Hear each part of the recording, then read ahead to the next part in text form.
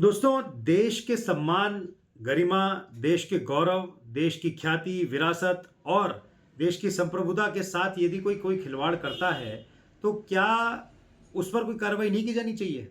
क्या ये किसी को अधिकार देना बड़ा सरल है कि आप जो है देश की गरिमा के साथ या देश के गौरव के साथ, उसके मान-सम्मान के साथ आप कभी भी कोई खिलवाड़ कर लें?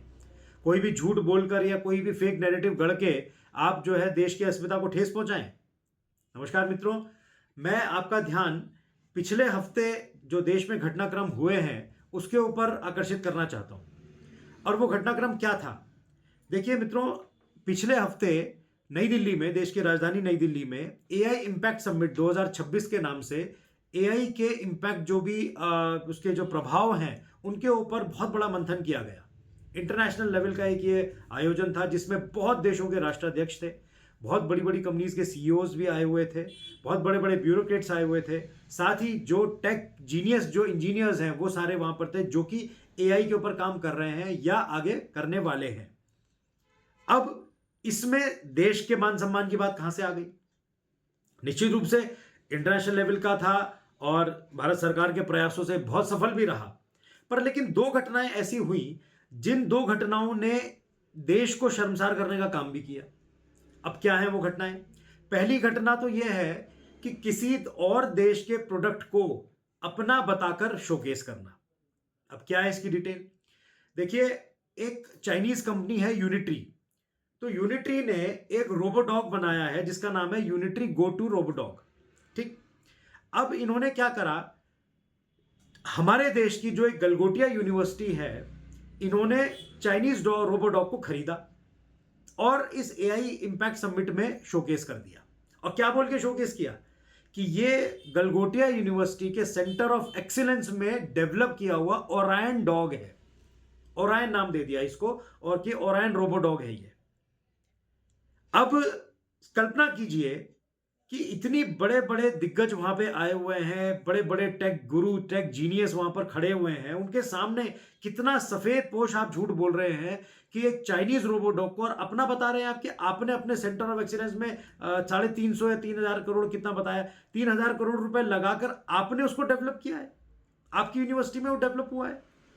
इतना बड़ा झूठ, इतना बड़ा फरेब, जबकि आपको पता है कि सारे दुनिया का अटेंशन इस वक्त आपके ऊपर है और वहां पे आप इतनी बेबाकी से इस झूठ को बोल रहे हैं। फिर चलिए, जो बोला बोला, इसके बाद उस झूठ को डिफेंड भी कर रहे हैं आप बहुत ज्यादा कि जी हमने ये कभी नहीं कहा कि जी डेवलप हो रहा है, हमने ये कहा कि हमने इसको मंगाया है और वहां के बच्चों के लिए पढ़ाने के लिए मंगाया है। अरे भाई, तो इन दोनों बातों में तो बहुत ज्यादा डिफरेंस है। अगर आप कभी इनकी वीडियोस देखेंगे पुरानी, तो आप उसमें जरूर आप नोटिस कीजिएगा कि पहले वीडियो में जहां पर जो एक प्रोफेसर है, जो मीनू, क्या, नेहा नेहा सिंह जो उनका नाम है, वो ये कह रही हैं, जो कि एचओडी है कम्युनिकेशन डिपार्टमेंट की। तो पहली बात तो सबसे बड़ी बात यह कि कम्युनिकेशन डिपार्टमेंट के एचओडी का उस टेक्निकल काम इंपैक्ट में काम क्या था उस एक्सपो में? भाई, वहां पे आप इंजीनियरिंग डिपार्टमेंट के लोगों को रखते जो कि उसको बढ़िया से डिपिक्ट करते किसी भी चीज को। चलो खैर, आपने रख लिया। अब उन्होंने झूठ भी बोल दिया, उन्होंने ये कहा कि साहब ये हमारे यहां डेवलप हुआ है। फिर उसके बाद उसको जब मीडिया का, सारी जगह का ध्यान आकर्षित हुआ उस पर कि भाई ये क्या बोल रही है, फिर वो उसको डिफेंड भी कर रही है कि डेवलपमेंट का मतलब जो है वो ये नहीं होता कि जी आप हमने बनाया है। डेवलपमेंट का मतलब ये कि हमने उसकी टेक्नोलॉजी को यूज किया है। तो मतलब किस प्रकार का झूठ और किस प्रकार की बेवकूफी वाली बातें हैं ये। और फिर वो मैडम कहती है कि योर 6 कैन बी माई 9। तो भाई, अगर आपकी सोच और आपकी बुद्धि अगर इतनी अल्प विकसित है कि आपको 6 और 9 का फर्क समझ में नहीं आता, तो आप वहां पे क्या कर रही हैं? आप क्यों बैठी हैं वहां पर? क्या इसको आपसे जानबूझकर बुलवाया गया? अब इसके पीछे कुछ भी हो सकता है, किसी की क्या पता, उन मैडम की जो अपनी जो नेहा सिंह जो है उनकी अपनी सोच हो, या उनके मुंह में शब्द डाले गए हो कि नहीं आपको ये बोलना है। कौन है इसके पीछे? कौन इस साजिश को कर रहा है आखिर? देश का नाम बदनाम करने के पीछे इनका क्या लॉजिक था? हालांकि जैसे ही इसका सारा पता चला, तुरंत ही वहां से उनसे गलगोटी यूनिवर्सिटी से स्टॉल को खाली करवाया गया, उनको लिटरली धक्के देके बाहर करवाया गया है और उनकी सबसे पहले बिजली काट दी गई उनके पूरे स्टॉल की। तो एक यूनिवर्सिटी के लिए भी एक बहुत बड़ी शर्म की बात है, और साथ ही हमारे देश के लिए भी शर्म की बात थी कि जो इतने बड़े एक्सपो में और इतने बड़े जो है कॉन्क्लेव में जो है वो इतना बड़ा झूठ बोल रहे हैं लोग। ये तो थी पहली घटना। अब दूसरी घटना क्या हुई? दूसरी घटना जो थी वो और भी ज्यादा शर्मसार करने वाली है।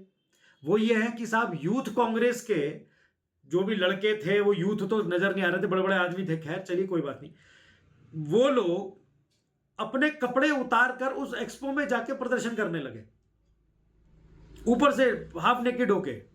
क्या जरूरत थी भाई? वहां गए अंदर उसमें भारत मंडपम में जहां पर ये प्रोग्राम चल रहा था, और वहां पर जाके यूथ कांग्रेस के लड़कों ने नारेबाजी करी, प्रदर्शन किया। क्यों किया? कोई लॉजिक नहीं उसके पीछे। मतलब क्या क्या तुक है ये? कैसी विकृत मानसिकता और कैसी घटिया सोच के लोग हैं ये लोग। भाई देखिए, आपको विरोध करना है, आप अपने मंचों में जाके करिए ना, जो आप हमेशा से करते आए वहां करिए। सबसे पहली बात, ये किसी पार्टी का कार्यक्रम नहीं था कि ये जो है भाजपा का कार्यक्रम है और वहां जाके आपने जो है गफलत मचाई। चलिए, तब तो एक बात को समझ में आती कि आपने पार्टी से पार्टी भिड़ गई। ये एक देश का कार्यक्रम है, दुनिया भर के देश के राष्ट्राध्यक्ष वहां पे आए हुए हैं, बड़ी बड़ी कंपनीज के सीईओज वहां पर हैं, और आप ऐसी ओछी हरकत कर रहे हैं। ये कौन सी तमीज है? ये कहां की तमीज हो गई आखिर? ये अधिकार किसने दे दिया आपको? लोकतंत्र का मतलब ये नहीं कि आप अपने आप देश की बदनामी करें। लोकतंत्र ये कहता है कि आपको सब कुछ कहने का अधिकार है, पर लेकिन एक सही जगह पर, सही माध्यम पे। और आपने, अच्छा चलिए गए भी तो भारी कर लेते जो हल्ला गुल्ला, अंदर जाके शर्ट उतार के बनियानों में खड़े हुए हैं और तब जाके विरोध कर रहे हैं। ये कौन सा विरोध का नया तरीका है भाई? भाई इसमें जो कांग्रेस के जो बड़े लीडर हैं वो एक बार समझाएं जरा, ये कौन सा विरोध का तरीका हुआ? और अगर आपको ये सही लगता है तो कमेंट बॉक्स में बताएं कि नहीं उन्होंने बहुत ठीक किया। ठीक किया तो क्यों किया, उसका लॉजिक भी दीजिए। मतलब किस प्रकार की सोच है ऐसी? मतलब आपको विरोध करना है, आप राजनीतिक रूप से विरोध कीजिए, कोई दिक्कत नहीं है, आप अपने मंचों से विरोध कीजिए, कोई परेशानी नहीं है। पर लेकिन आप एक इतनी संवेदनशील जगह पर जाके और इस प्रकार का भद्दा और भौंडा जो है मजाक कर रहे हैं, वहां जाके भद्दा भद्दा प्रदर्शन कर रहे हैं, क्या है ये चीज? मतलब कैसी विकृत मानसिकता के लोग हैं आप लोग भाई? आप तो विपक्ष कहलाने लायक भी नहीं है। और इसमें मैं रोल अधिकतर सिर्फ कांग्रेस का ही कहूंगा, क्योंकि और किसी पार्टी से संबंधित वहां पे आदमी नहीं थे, यूथ कांग्रेस के लोग थे वो।